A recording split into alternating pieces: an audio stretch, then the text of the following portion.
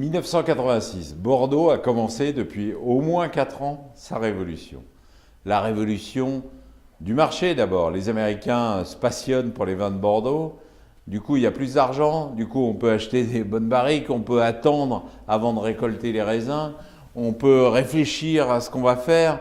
On peut aussi commencer à comprendre que faire le maximum de production chaque année, c'est pas forcément idéal. Mais voilà, on avance et c'est un millésime extrêmement excitant qui venait après une succession 82, 83, 85, 84, vous l'oubliez, 86 arrive.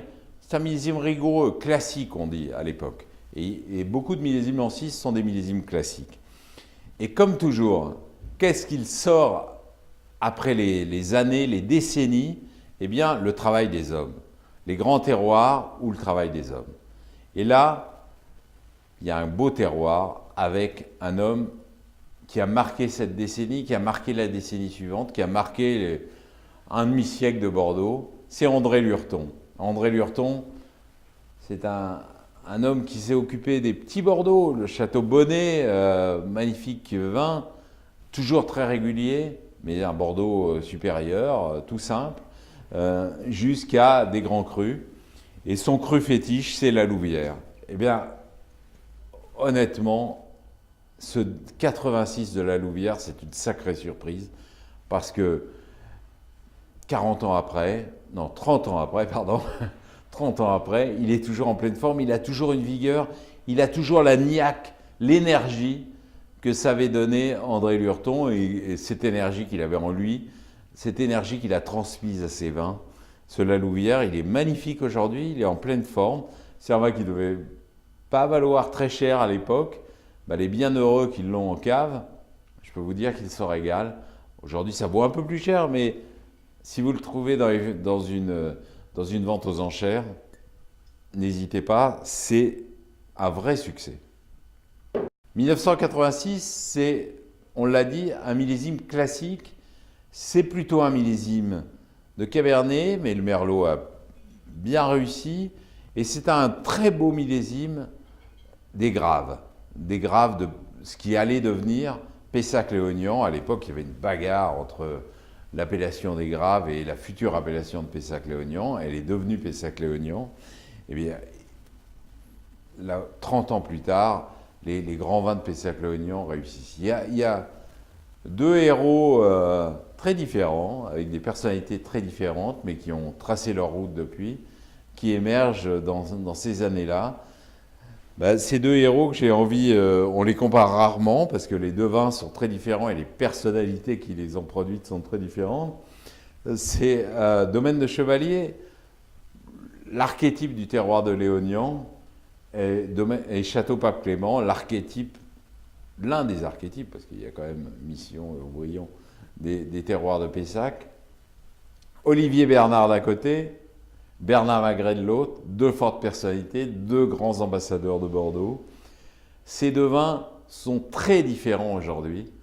La fraîcheur, la finesse, l'élégance aristocratique de Chevalier d'un côté, avec une pureté, une allonge qui est vraiment magnifique.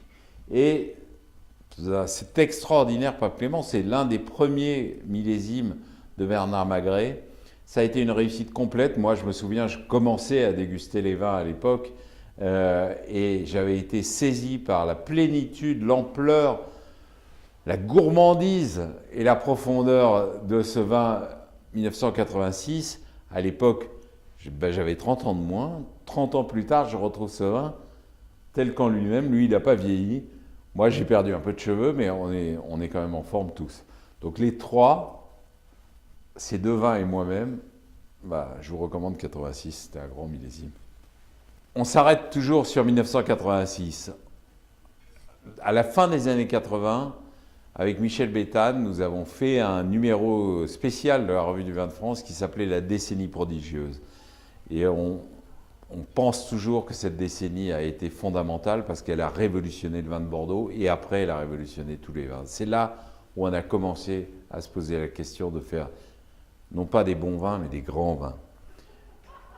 En tout cas, on a recommencé à se poser cette question. Et il y a eu des personnages, et dans ce numéro spécial, on avait invité 10 personnes qui illustraient cette période.